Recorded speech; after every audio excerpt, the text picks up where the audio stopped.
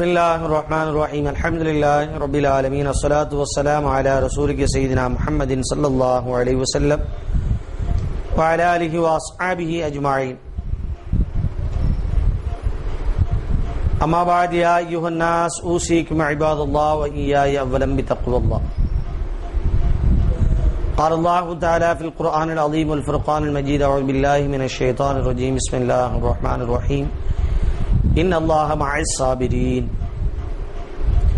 கண்ணியம் நிறைந்த அல்லாஹ்வின் நல்லடியார்களே, அல்லாஹ்வுடைய அருளும் கருணையும் நம் யாவர்கள் மீதும் என்றென்றும் உண்டாவதாக என்ற இனிய துஆவோடு ஸலாத்தினை கூறி துவங்குகிறேன். அஸ்ஸலாமு அலைக்கும் வரஹ்மத்துல்லாஹி தஆலா வபரகாத்துஹு. இந்த இனிய வேளையிலே அல்லாஹ் சொல்லக்கூடிய ஒரு ஆயத் இன்னல்லாஹ மஅஸ் ஸாபிரீன் என்பதை நாம் கொஞ்சம் யோசித்து பார்ப்போம். கண்ணியம் நிறைந்தவர்களே, பொறுமையாளர்களுடனே அல்லாஹ் இருக்கிறான் என்பது இந்த ஆயத்தினுடைய கருத்து. சில பேர் சொல்லுவாங்க, நாங்கெல்லாம் பொறுமையானவங்க, சாந்தமானவங்க அப்படின்னு சொல்லி தங்களை தாங்களே சொல்லிக் கொள்வார்கள். ஆனால் பொறுமையாளர்கள் யார் என்று சொன்னால், சோதனையை ஏற்படும் பொழுது, சோதனைகள் ஏற்படும் பொழுது மனம் தளராமல் அச்சோதனையை எதிர்கொண்டு பொறுமையாக யார் இருக்கிறார்களோ அவர்கள்தான் பொறுமையாளர்கள். நபிகள் நாயகம் ஸல்லல்லாஹு அலைஹி வஸல்லம் அவர்கள் சொன்னார்கள், பொறுமையானது சொர்க்கத்தினுடைய புதையல்களில் ஒரு புதையலாக இருக்கிறது. அல்லாஹ் சுப்ஹானஹு வ தஆலா பொறுமையாளர்களை நேசிக்கிறான் என்றும் கண்மணி நாயகம் ஸல்லல்லாஹு அலைஹி வஸல்லம் அவர்கள் நமக்கு சொல்லித் தந்திருக்கிறார்கள்.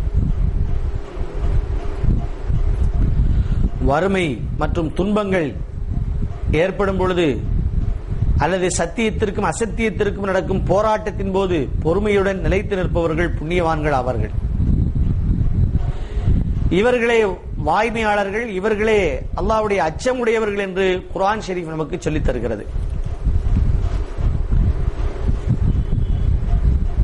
உலகத்தில் எவ்வளவு செல்வமுடையவனாக இருந்தாலும் சரி, ஏழையாக இருந்தாலும் சரி, நல்லவனாக இருந்தாலும் சரி, இந்த உலகத்திலே மகிழ்ச்சியுடன் வாழக்கூடிய சமயத்திலே கவலையும் நிம்மதியும் அளிக்கக்கூடிய சோதனைகள்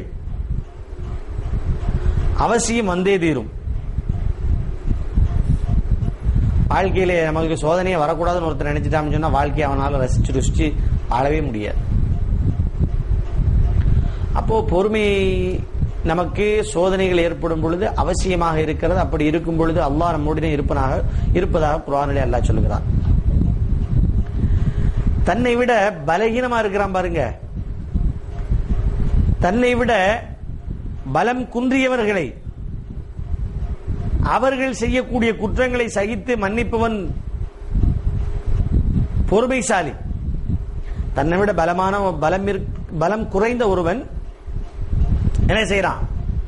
தன்னை விட பலம் குறைந்த ஒருவன் தன்னிடத்திலே கோபப்படும்படியாக நடந்தாலோ அல்லது நம்மை வேகப்படும்படியாக நடந்தாலோ அப்பொழுது அவனை மன்னித்து பொறுமையாக இருப்பவன் தான் உண்மையிலே பொறுமைசாலி.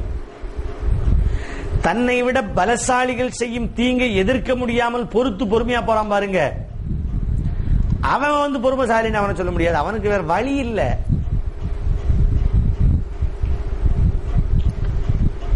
ஒரு ஷேக் இடத்துல கல்வி கற்கணும் அப்படின்னு சொல்லி ஒருத்தன் போறான். அந்த ஷேக் எப்படிப்பட்டவர் சொன்னா, இரும்பு செய்யக்கூடிய தொழில் செய்யக்கூடியவர், கொல்லன் பட்டறை வச்சிருக்கிறார். ஆனா பெரிய ஒரு ஞானவானவர், மக்களுக்கு கல்வியை கற்றுக் கொடுக்கிறார். அப்படிங்கறத அறிஞ்சு ஒருத்தன் போய், ஷேக் அவர்களே, உங்களிடத்துல நான் என்ன செய்யணும்? கல்வி கற்றுக்கொள்வதற்காக நான் வந்திருக்கிறேன் அப்படின்னு சொல்லி அவன் சொல்றான். அப்போ கல்வி கற்றுக்கொள்வதற்காக வந்திருக்கக்கூடிய நீ முதல்ல என்ன செய்ய, என் பட்டறையில் இருக்கக்கூடிய இந்த துருத்தியை ஊது அப்படின்னு சொன்னாரு. இந்த காலத்துல பிள்ளைகளுக்கு தெரியுமா என்னன்னு தெரியல, நாங்கெல்லாம் சின்ன பிள்ளையா இருக்கையில நாங்க பார்த்திருக்கிறோம். இரும்பு செய்யற இடத்துல பாத்தீங்கன்னு சொன்னா ஒரு பெரிய பலகை இருக்கும். அந்த பலகையில சைடுல எல்லாம் பாத்தீங்கன்னு சொன்னா தோலால அடைச்சு வச்சிருப்பாங்க. தோலால அடைச்சு ஒரு சின்ன குழாயை வச்சு அதை கொண்டு போய் நெருப்பு எரியக்கூடிய இடத்துல கொண்டு இணைச்சிருப்பாங்க. இந்த பலகை மேல பாத்தீங்கன்னு சொன்னா ஒரு கயிறை கட்டி ஒரு கம்பளை கொட்டி கட்டியிருப்பாங்க. இந்த பைப்ல தண்ணி அடிக்கும் பொழுது இப்படி அடிச்சா முன்னாடி மேல ஏறும் பாருங்க, சிலிண்டர் மேல ஏறியும் விட்டோம்னு சொன்னா தண்ணியை வெளியே தள்ளும் பாருங்க. அது மாதிரி இந்த கம்ப கீழ்நீக்கி இறக்கணும்னு சொன்னா அந்த பலகை மேல தூக்கும், அந்த துருத்தியினுடைய தோல் மேல எகிரும். விட்டோம்னு சொன்னா அந்த பலகையினுடைய வெயிட்ல அந்த துருத்தியை கீழே தள்ளும். அப்படி தள்ளும் போது காத்த தள்ளும். அந்த காத்து போய் என்ன செய்யும், அதுல இருக்கக்கூடிய அந்த நெருப்பை நல்லா எரிய வைக்கும். இந்த துருத்தியை நீ ஊதுப்பா அப்படின்னு சொல்லி ஷேக் அவர்கள் சொல்றாங்க. அவன் ஒரு நாள் ஊதுனா, 2 நாள் ஊதுனா, ஒரு வாரம் ஊதிக்கிட்டே இருக்கிறான். இவர் எந்த பாடத்தையும் படிச்சு கொடுக்குற மாதிரியே தெரியல. ஷேக் இடத்துல கேட்டான், ஏங்க பாடம் படிக்க வந்த என்ன துருத்தி ஊத போட்டுட்டீங்களே, எப்ப படிச்சு கொடுப்பீங்க? நீ ஊதுடா படிச்சு தார. அவனும் என்ன செய்யறான், மறுபடியும் ஊத போயிட்டான். 1 மாசம் ஆகி போச்சு. மறுபடியும் போய் கேட்கிறான், ஏங்க பாடம் படிச்சு தரீங்களா, நான் துருத்தியை ஊதிக்கிட்டே கிடக்கேன். அப்பவும் சொன்னார் அந்த ஷேக், மறுபடியும் போய் ஊது அப்படின்னு சொன்னாரு. இப்படியே இவன் 5 வருஷம் அந்த துருத்தியை ஊதி இருக்கிறான். ஷேக் சொன்ன மாதிரியே 5 வருஷம் உட்கார்ந்து இருந்தான். இவனுக்கு பாடம் படிச்சு கேட்கணுங்கிற ஞாபகம் கூட மறந்து போச்சு. அவரு போய் பாடம் படிச்சு கேட்கணும் அப்படிங்கிற அந்த எண்ணம் கூட போயிடுச்சு. 5 வருஷம் கழிச்சு ஷேக் அவங்க கூப்பிட்டு, நீ எல்லா பாடத்தையும் படிச்சுட்டு நீ போயிட்டு வா அப்படிங்கிறாங்க. அவன் கேட்டான், ஒரு நாள் கூட உங்கள்கிட்ட உட்கார்ந்து நான் எதையுமே படிக்கலையே, வெறும் துருத்தியை தான் ஊதி இருக்கிறேன், என்ன பாடம் படிச்சேன் அப்படின்னு அவங்க கேட்க. இப்ப அவங்க சொன்னாங்க, எவ்வளவு நாள் பொறுமையா உட்காந்து துருத்தி ஊதுன பாரு, வாழ்க்கையில மிகப்பெரிய பாடம் என்ன அப்படின்னு கேட்டா பொறுமைதான். இந்த 5 வருஷமா கல்வி கற்க வந்த நீ துருத்தியை ஊதச்சுன்னா ஊதிக்கிட்டே இருந்த, அதை பொறுமையா நீ செஞ்ச பாரு, இந்த பொறுமைங்கிற பாடத்தை நீ கத்துக்கிட்ட, ஆனால் வாழ்க்கையில நீ முன்னேறிடுவோம், உனக்கு எந்த பாடமும் தேவையில்லை, இதுதான் பெரிய பாடம், வாழ்க்கையினுடைய பெரிய பாடம், நீ போ அப்படின்னு சொல்லி சொன்னாங்களாம். அப்போ பொறுமையாளர் உடனே அல்லாஹ் இருக்கிறான், அல்லாஹ் இருந்தான்னு சொன்னா அதோட வேற என்னங்க வேணும்? இன்னல்லாஹ மஅஸ் சாபிரீன். இப்போ நம்முடைய வாழ்க்கையில நாம பொறுமையை கடைபிடிக்கக்கூடியவர்களாக நாம ஆக வேண்டும்.